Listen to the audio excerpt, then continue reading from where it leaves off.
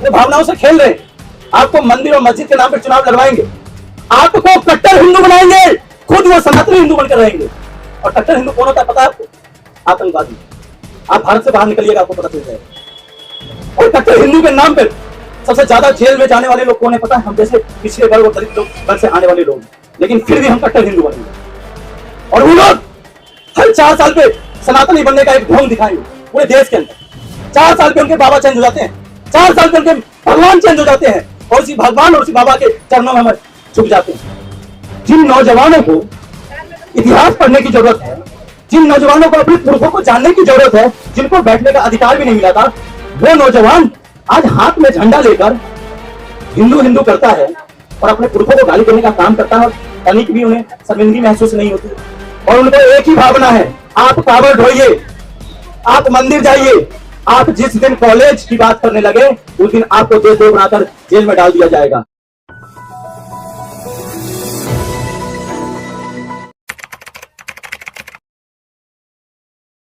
जहां समाज को कलम और किताब की ताकत को बतानी चाहिए, वहां हम एक शराब के ठेके के नाम पे उनको खरीदने के काम कर रहे हैं।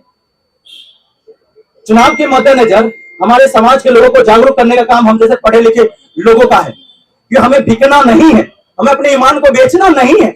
अगर हमने अपने ईमान को बेच दिया तो जो महापुरुषों ने हमारे लिए बलिदान देकर जो शिक्षण संस्थानों में ताकत बताई है, वो ताकतें कम हो जाएगी, और ताकतें कम हो गई है। आज जिस तरह से मैं देख रहा हूं, आज हर कोई गुणगान कर रहा है मायावती जी का, चंद्रशेखर जी का, कांशीराम जी ने जिन्होंने कहा था, कांशीराम जी का मैं आज भी समर्थन करता हूं, उन्होंने एक करके रखा था। लेकिन आज जब जरूरत है बहुजन बेटा और बेटियों को, प्रोफेसर को, जो सरकारी जो लोग हैं उनको, जो निजी संस्थान में काम करने वाले लोग हैं, कामगार लोग, कमीरा लोग, उनको जरूरत है तो वो लोग एक नहीं हो रहे, आपसी विचारधारा में बढ़ के हम लोगों को बांटने का काम कर रहे हैं और हमारी ताकतें छीनी जा रही है। लेकिन वो अपने वर्चस्व के चक्कर में उभर के आ नहीं रहे सदन के। आप सदन का बर्खास्तगी क्यों नहीं करते?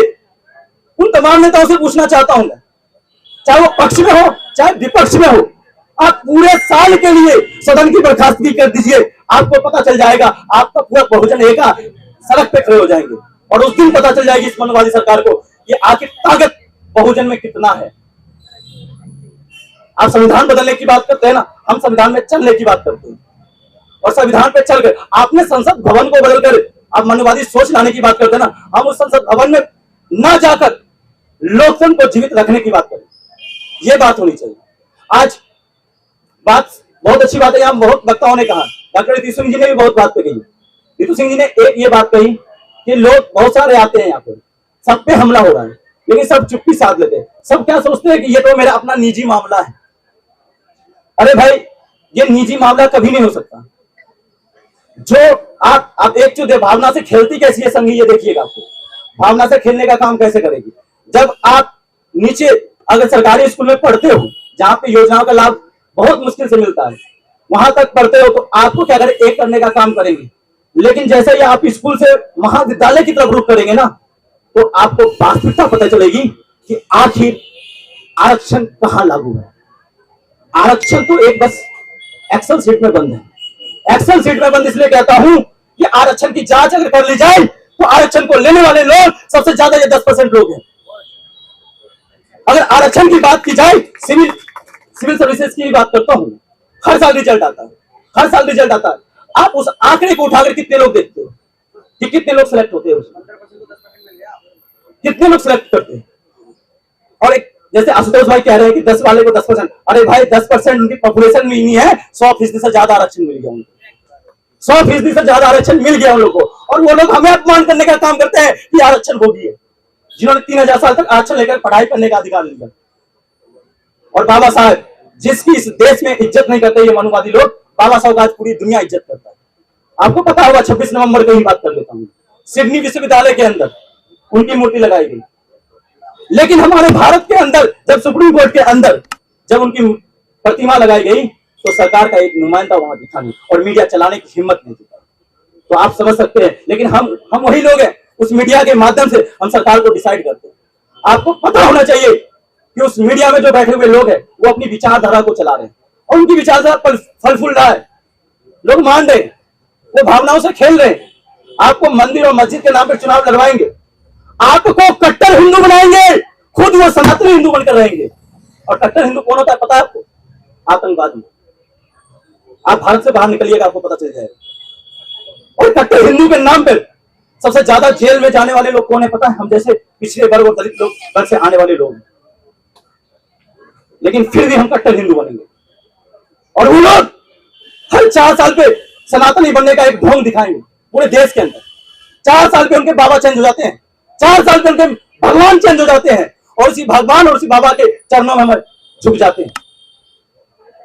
और हमारी कट्टरता चलती रहती है, कट्टरता चलती रहती है। और हम लोग ना तो समझने की शक्ति आगे बढ़ाने की कोशिश करते हैं, ना सोचने की शक्ति आगे बढ़ाने की कोशिश करते हैं। मैं कहना चाहता हूं, अगर आपको भारत देश में फिर से अगर बुद्ध की धरती के नाम से जाना चाहिए तो आपको एक होने की जरूरत है। यह देश भाईचारे का देश है, मोहब्बत के पैगाम से नाम से जाना चाहिए। यह वही देश है आज जो देश अखंड भारत की बात करते हैं, जिन्होंने खंडित किया है देश निरंतर समय समय पर। आपको पता होगा, जिस ये हिंदू महासभा की बात करते हैं, मैं 84 साल की बात करना चाहता हूं, 1932-33 की, जब हमारे पिछले समाज के लोगों ने कहा चलो ठीक है हिंदू महासभा है, तो पिछले समाज से लोग 84 साल ने ये कहा कि हम भी हिंदू महासभा की गठन करते हैं और उसमें पिछड़े वर्ग के जो लोग हैं और दलित लोग हैं उनको हिंदू में बराबरी का हक और अधिकार देने की बात करेंगे। तो उस हिंदू महासभा की अगर किसी ने बाइकआउट किया था तो उस समय उन तमाम सामंतियों ने बाइकआउट करने का काम किया था। लेकिन आज विडंबना यह है, जिन नौजवानों को इतिहास पढ़ने की जरूरत है, जिन नौजवानों को अपने पुरखों को जानने की जरूरत है, जिनको बैठने का अधिकार भी नहीं मिला था, वो नौजवान आज हाथ में झंडा लेकर हिंदू हिंदू करता है और अपने पुरखों को गाली देने का काम करता है, और तनिक भी उन्हें शर्मिंदगी महसूस नहीं होती। और ये करा क्यों जा रहा है, मैं फिर से बताना चाहता हूं, करा इसलिए जा रहा है कि आपको शिक्षा से वंचित किया जाए। और उनको एक ही भावना है, आप कावड़ ढोइए, आप मंदिर जाइए, आप जिस दिन कॉलेज की बात करने लगे उस दिन आपको देशद्रोह बनाकर जेल में डाल दिया जाएगा, जैसे कि नीतू सिंह जी के साथ हो रहा है, लक्ष्मण यादव जी के साथ हो रहा है। मैं तो इतना ही कहना चाह रहा हूं, ये छोटा सा मंच है, मैं तो एक सामान्य सा युवा हूं, मुझे बहुत कुछ सीखने और समझने की जरूरत है, लेकिन जितना मैंने जाना है मैं उतना ही चाहता हूं कि मैं बाबा साहब के उनके जो सपने थे, उन सपने को साकार करने में जो मेरी सहभागिता होगी, उतना सहभागिता देने की जरूरत रहेगी, उतना दूंगा मैं। उसके लिए मेरी जान जाएगी तो मैं जान देने को भी तैयार हूं। इस देश के लिए अगर मुझे युवाओं को, उसी युवाओं से गाली खाने की जरूरत है जो गाली खाने को तैयार हूं, लेकिन उस युवा तक अपनी बात और बाबा साहब की विचारधारा को पहुंचाने का काम रोकूंगा नहीं। ये हर किसी को निर्णय लेना पड़ेगा। आज निर्णय इसलिए लेना पड़ेगा कि आज अगर आपने निर्णय नहीं लिया तो आने वाली जो भविष्य की जो पीढ़ियां हैं वो आपको गालियां देगी। आने वाली जो भविष्य की पीढ़ियां है वो आपको गालियां देगी कि हमारे पुरखों ने क्या करके गया था, जिस तरह से हमारे पिछले पुरखों ने गालियां देने का काम किया था।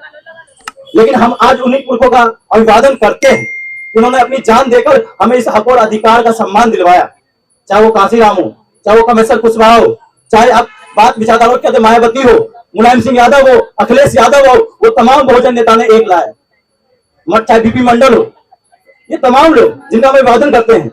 लेकिन आज ये लोग भी राजनीति में बट गए हैं, ये कहीं ना कहीं हमारे लिए खतरे की घंटी है, हमें एक होना पड़ेगा।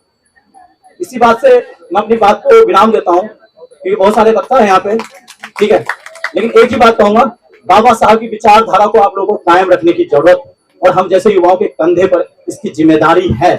और शिक्षण संस्थान में जब भी समय मिले, मैं बड़े बुजुर्गों से निवेदन करना चाहूंगा, जब भी आपको मौका मिले, नौकरी पेशा लोग जो बड़े बुजुर्ग हैं उनको शिक्षण संस्थान में अपनी उपस्थिति दर्ज करानी चाहिए, क्योंकि शिक्षण संस्थान से ही हम अपनी वास्तविकता को जान सकेंगे। जय भीम, नमो बुद्धाय, नमस्कार।